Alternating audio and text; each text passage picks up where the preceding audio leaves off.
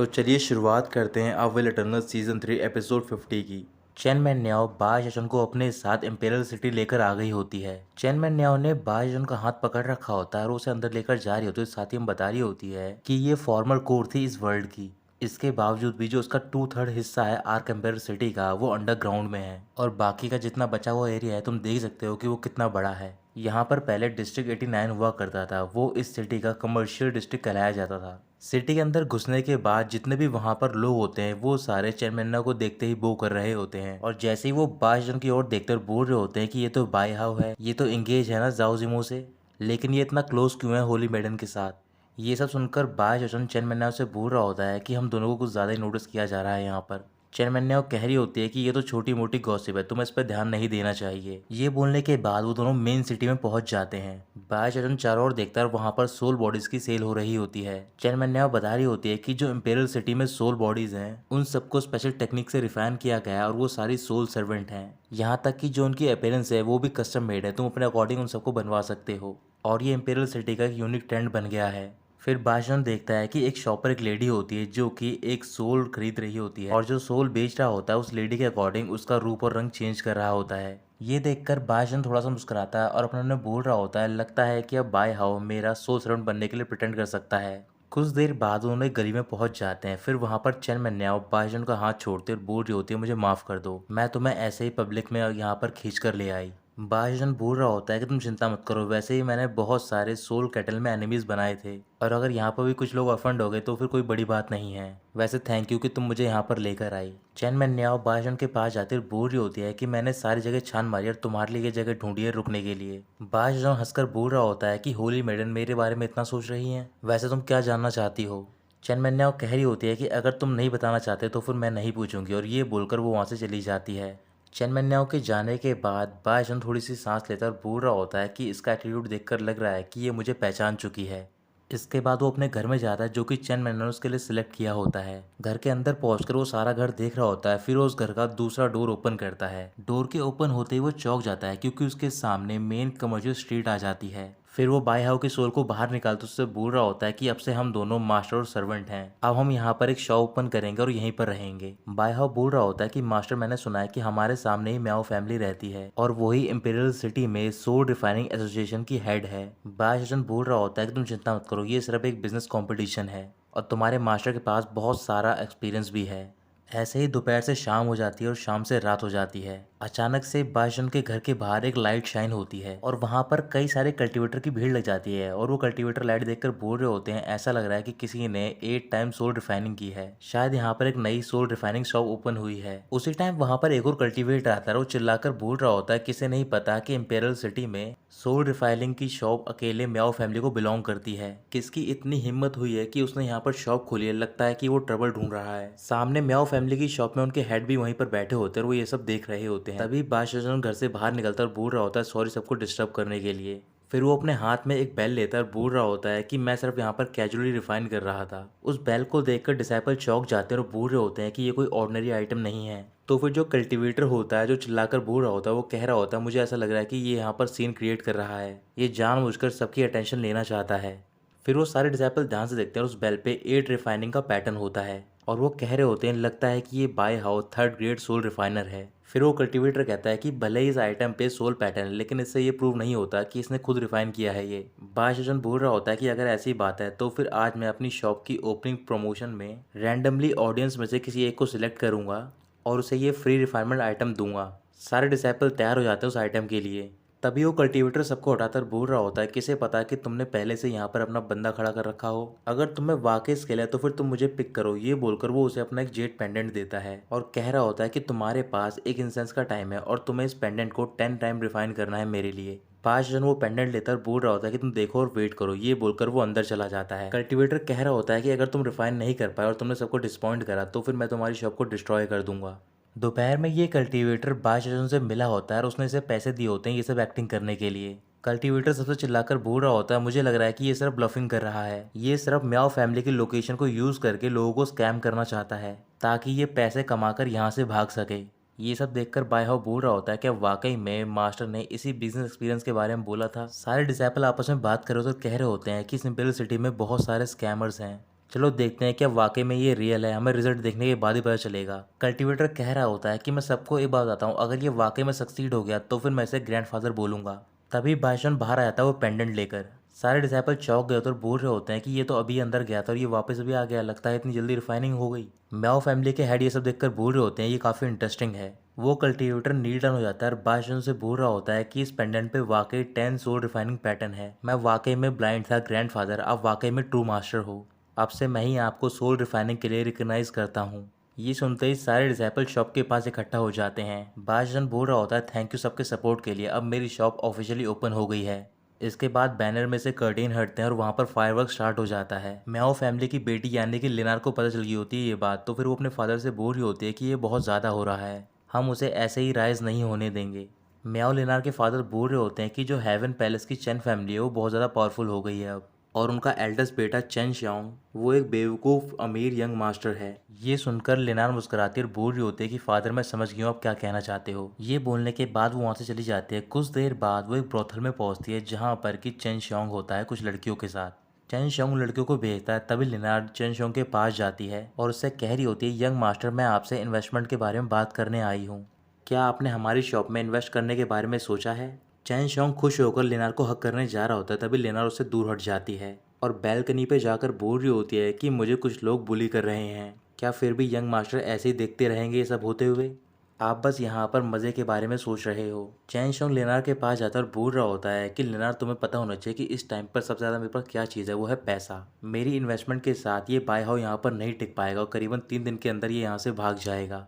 अगली सुबह म्याओ फैमिली की शॉप के बाहर बहुत सारी फीमेल कल्टीवेटर खड़ी होती हैं और वो सारे डिसाइपल का वेलकम कर रही होती हैं और चैन श्योंग उस शॉप में उतर कह रहा होता है कि मैं प्राउडली अनाउंस कर रहा हूँ हेवन पैलेस की हमारी चैन फैमिली म्याओ फैमिली की शॉप को फंड कर रही है, जितने भी सारे प्रोडक्ट हैं वो आधे प्राइस में बेचे जाएंगे। ये सुनते ही सारे डिसाइपल शॉप के अंदर जा रहे होते हैं भागते और कह रहे होते हैं कि ये शॉप करीबन 100 सालों से अब ये डिस्काउंट भी दे रहे हैं। ज्यादातर जितने भी इंपेरियल सिटी में सोल कल्टीवेटर होते हैं वो सारे वहाँ पर पहुंच जाते हैं। वो अपने नए नए वेपन रिफाइंड के लिए लगातार वहां पर लाइन बनाकर खड़े रहते हैं और आधे दाम पर प्रोडक्ट खरीदते रहते हैं। ऐसे कुछ दिन तक लगातार शॉप में भीड़ रहती है और लगातार लोग रिफाइंड आइटम खरीद रहे होते हैं। पूरे सिटी में म्याओ फैमिली की शॉप के बारे में बात फैल गई होती है और वो सारे बात कर रहे होते हैं कि जो अभी नई शॉप खुली है वो म्याओ फैमिली की शॉप के कंपैरिजन में कुछ भी नहीं है। चैन शोंग बहुत ज़्यादा खुश होता है और बोल रहा होता है कि जितने आइटम हमने बेचे हैं अब तक उससे पूरा वाइल्डलैंड भर सकता है। ऐसे ही सेल चलती रहती है। फिर अगले दिन कुछ डिसाइबल पहुंच जाते हैं शॉप के बाहर, उन्हें गार्ड बाहर ही रोक लेते हैं और बोल रहे होते हैं कि तुम्हारी अपॉइंटमेंट अगले साल की है, तुम्हारे वेपन बुक किए गए हैं अगले साल के लिए। ये सुनकर डिसाइबल भड़क जाते हैं और बोल रहे होते हैं कि तुमने ये बात तब नहीं बोली जब हमने डिपॉजिट दिया था, अगर तुम्हारे पास सामान ही नहीं है बेचने के लिए तो फिर तुम हमें वेट क्यों करा रहे हो। एक एक करके वो सारे पत्थरबाजी कर रहे होते हैं चेन शोंग पर, बोल रहे होते हैं कि तुम एक फ्रॉड हो। तभी बाशन की शॉप से एक लाइट बाहर आती है और बाशन बाहर आकर बोल रहा होता है कि सारे कल्टीवेटर क्यों ना आप लोग इस और देखो, मेरी छोटी सी शॉप में बहुत सारा स्टॉक है। चैन शोंग शॉप के अंदर देखकर चौंक जाता है और बोल रहा होता है कि ये तो सारा हमारा ही सामान है। बाशन बोल रहा होता है कि अब तुम ही आधे दाम पे बेच रहे थे तो फिर मैंने सोचा क्यों ना इसका एडवांटेज लिया जाए। बाशन ने दोबारा उसी कल्टीवेटर को पैसे दिए होते हैं जिसने की एक्टिंग करी होती है उसकी शॉप के बाहर। वही कल्टीवेटर अपने सारे साथियों के साथ म्याओ फैमिली की शॉप में जाता है और वो सारे आइटम्स को खरीद लेता है अलग अलग दिन पर। बाशन चिल्लाकर बोल रहा होता है कि वर्ल्ड की बेस्ट सोल रिफाइनिंग शॉप अब ओपन हो गई है और सारे ऑर्डर रेडी हैं, वो भी सेम डे पे पिकअप करने के लिए। अगर कोई भी डैमेज होता है प्रोडक्ट में तो फिर उसे 10 फोल्ड कंपनसेशन दिया जाएगा और साथ ही में हम कोई नई सोल मेडिसिन भी बेच रहे हैं। चैन शोंग शॉप के पास जाता और बोल रहा होता है कि हमने तुम्हारा सोल रिफाइनिंग बिजनेस चुरा लिया तो फिर अब तुम अपना रास्ता बदल रहे हो, चलो मैं भी देखना चाहता हूँ कि तुम कितना और स्ट्रगल करोगे ऐसे ही। बाशन बोल रहा होता है कि जो मेरी मेडिसिन है वो मसल और बोन्स को ताकतवर बनाती है, इसे लेने के बाद बूढ़ा भी जवान हो जाएगा। चेंचोंग कह रहा होता है कि तुम बेकार में ही एडवर्टाइजिंग कर रहे हो, कोई भी तुम्हारी ट्रिक में नहीं फंसेगा। तभी वहां पर एक बूढ़ा आदमी आता है और बाशजन उसे अपनी पिल देता है। जैसे ही वो बूढ़ा आदमी वो पिल खाता है उसके अंदर वायरलिटी का ब्लास्ट होता है और वो बूढ़े से जवान बन जाता है और साथ ही में उसकी बॉडी भी बन जाती है। चेंचोंग ये सब देखकर चौंक जाता है और बोल रहा होता है कि ये सब कैसे पॉसिबल हो सकता है। ये सब देखकर शॉप के बाहर डिसाइबल की भीड़ लग जाती है और वो सारे सोल मेडिसिन खरीद रहे होते हैं। बाशजन की शॉप भी बहुत अच्छी चलने लग जाती है अब। वहीं पास में जाओ होंग, लिटिल वुल्फ गॉड और म्याओ लिनार ये सब होते हुए देख रहे होते हैं। लिटिल वुल्फ कह रहा होता है कि अब बहुत ज़्यादा हो रहा है कि इसने हमें सोल कैटल में भी ह्यूमिलेट करा था, अब ये यहाँ पर आया है ट्रबल क्रिएट करने के लिए, क्यों ना हम इस पर डायरेक्टली अटैक करें। जाओ होंग बोल रहा होता है कि तुम ये बात मत भूलो कि इसके साथ में होली मेडन है। लिनार कह रही होती है कि तुम दोनों चिंता मत करो, अगर मैंने तुम्हें यहाँ पर बुलाया है तो फिर मेरे पास ज़रूर एक प्लान होगा। अब वो हमारे सामने सोल और मेडिसिन रिफाइन कर रहा है, तो फिर हमें उसे करने देना चाहिए। अगले दिन बाशजन अपनी शॉप के बाहर बैठा होता है, तभी वहाँ पर चेन शोंग पहुँच जाता है।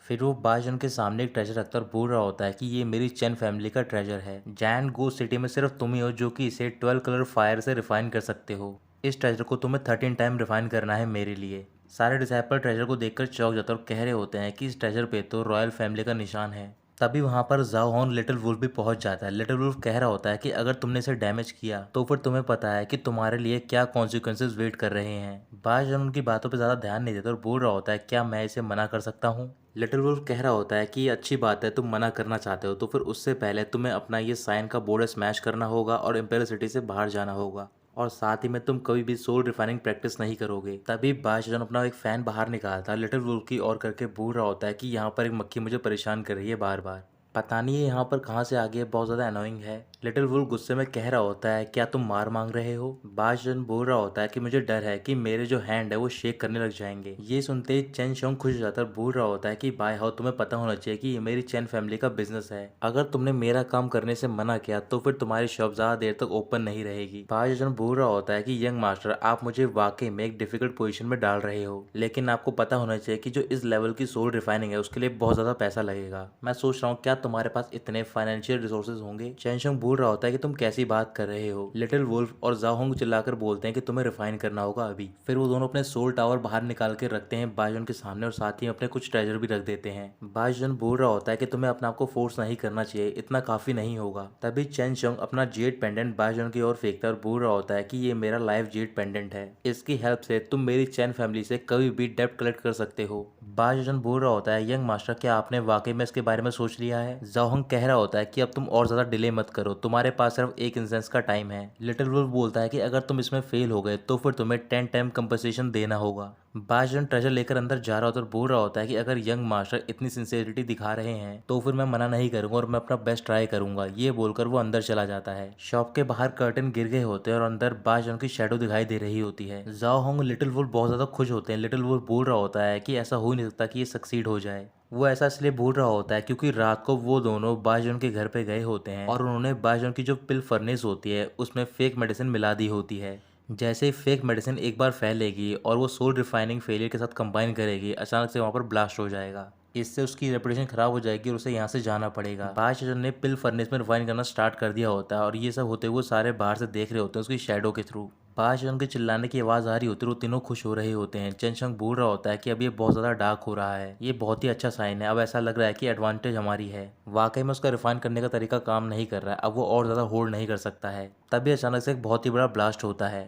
शॉप के बाहर बहुत सारे क्रैक्स आगे होते हैं उसके डोर पर। लिटिल वुल्फ जाओहोंग बहुत ज़्यादा खुश होते और बोल रहे होते हैं कि वाकई में एक्सप्लोड हो गया है, अब ये बिल्कुल बर्बाद हो चुका है। ये बोलकर जाओहोंग सोच रहा होता है जैसे ही बाशजन शॉप के बाहर आएगा वो उसे नंगा करेगा और एक लकड़ी में बांधकर उसे पीटने लग जाएगा। लिटिल वुल्फ भी सेम यही बात सोच रहा होता है कि वो कैसे बाशजन को ह्यूमिलेट करे। वो दोनों बहुत ज़्यादा खुश होते हैं। तभी अचानक से बाशजन की शॉप में से एक लाइट बाहर आती है। चेन शोंग कह रहा होता है लगता है कि हम बहुत ही जल्दी सेलिब्रेट कर रहे हैं। बाशजन वो ट्रेजर लेकर बाहर निकलता और बोल रहा होता है मैंने तुम्हें पहले बताया था कि मेरा हाथ थोड़ा सा शेक करेगा, लेकिन मैंने तुम्हारे ट्रेजर को रिफाइन कर दिया है, वो भी 15 टाइम्स। जाओहोंग बोल रहा होता है कि ये इम्पॉसिबल है, क्या ये वाकई में प्रोफाउंड ग्रेट मास्टर है। फिर बाशजन एक स्क्रॉल बाहर निकालता और बोल रहा होता है कि 15 टाइम रिफाइन के टोटल हो गए हैं 500 बिलियन सोल। यंग मास्टर आप ध्यान से चेक कर सकते हो। चेन शोंग कह रहा होता है कि बाय हाउ तुमने जानबूझकर अपनी स्ट्रेंथ छुपाई है ताकि तुम मुझे अपने झांसे में डाल सको। बाशजन बोल रहा होता है कि सारी प्रोमिनेंट फैमिली यहाँ पर है और तुम उन सबके सामने पैसे देने से मना कर रहे हो।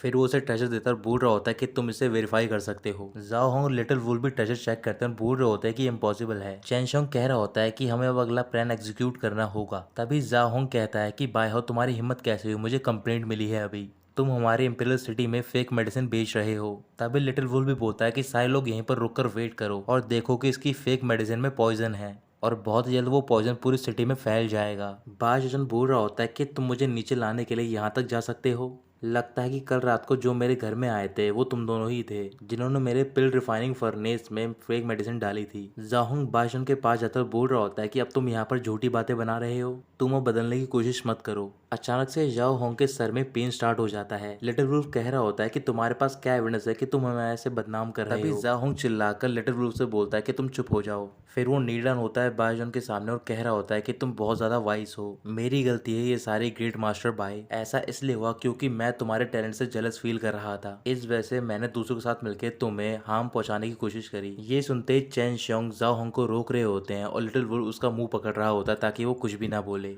जाओ होंग अपने आप को छुड़ाकर चांटे मारकर बोल रहा होता है कि ये सारी मेरी गलती है। लिटिल वुल्फ सबसे बोल रहा होता है कि तुम इसकी बातें मत सुनो।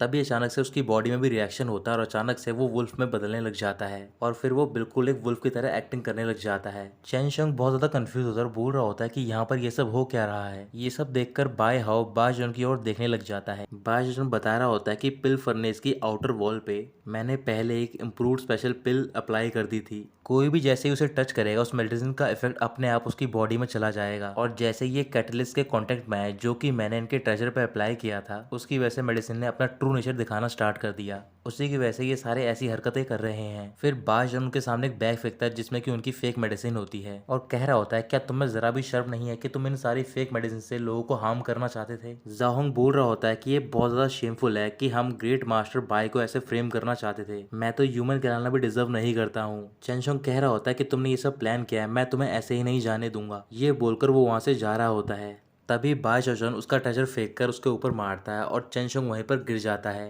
बाय चोचन चेनशोंग के पास जा रहा होता है। चेनशोंग कह रहा होता है कि तुम्हारी इतनी हिम्मत कि तुमने मुझे मारा है, मैं हेवन पैलेस का बेटा हूँ। तभी बाय चोचन अपना वो अम्ब्रेला बाहर निकालता है और वो चेनशोंग की वाइटलिटी अब्सॉर्ब कर रहा होता है और कह रहा होता है कि किसने तुम्हें मारा है, मैं तो सिर्फ थोड़ा सा इंटरेस्ट कलेक्ट कर रहा हूँ। तभी वहां पर म्याओ फैमिली के हेड पहुंच जाते और बोल रहे होते हैं कि ये सब रोक दिया जाए। सारे डिसाइपल उन्हें देखकर उन्हें ग्रीट करते हैं। वहां पर लिनार भी आई होती है तो फिर जाहोंग लिनार के पास जाता और बोल रहा होता है मुझे माफ कर दो, मैं एक यूजलेस वेस्ट हूँ। म्याओ फैमिली के हेड बोल रहे होते हैं कि ये सारे यंग लोग यहाँ पर गेम खेल रहे थे तो फिर मेरा इंटरफेयर करना अच्छा नहीं है, लेकिन बाय हाउ तुमने यहाँ पर एक नई शॉप ओपन करी है, वो भी सोल रिफाइनिंग की, और बिजनेस भी इतना अच्छा चल रहा है, तो फिर as a industry senior member मुझे तुम्हारे साथ एक फ्रेंडली कंपटीशन तो करना चाहिए। डिसाइपल चौंक गए होते हैं ये सुनकर, बोल रहे होते हैं कि ये तो एक चैलेंज लेटर है। बाय चचन बोल रहा होता है कि कंपटीशन करना काफ़ी बोरिंग है, क्यों ना कुछ दांव पर भी लगाया जाए इसमें। म्याओ फैमिली के हेड बोल रहे होते हैं कि अगर तुम हार गए तो फिर तुम्हें सोल रिफाइनिंग एसोसिएशन के सीनियर को रिस्पेक्ट पे करनी होगी और साथ ही में जो भी तुम्हारा मंथली प्रॉफिट होगा उसका 80% तुम्हें हमें देना होगा। बाजन बोल रहा होता है कि मैं तैयार हूँ, अगर आप हारे तो जितने भी म्याओ फैमिली की शॉप यहाँ पर है उन सबको रीनेम किया जाएगा बाय फैमिली के नाम से।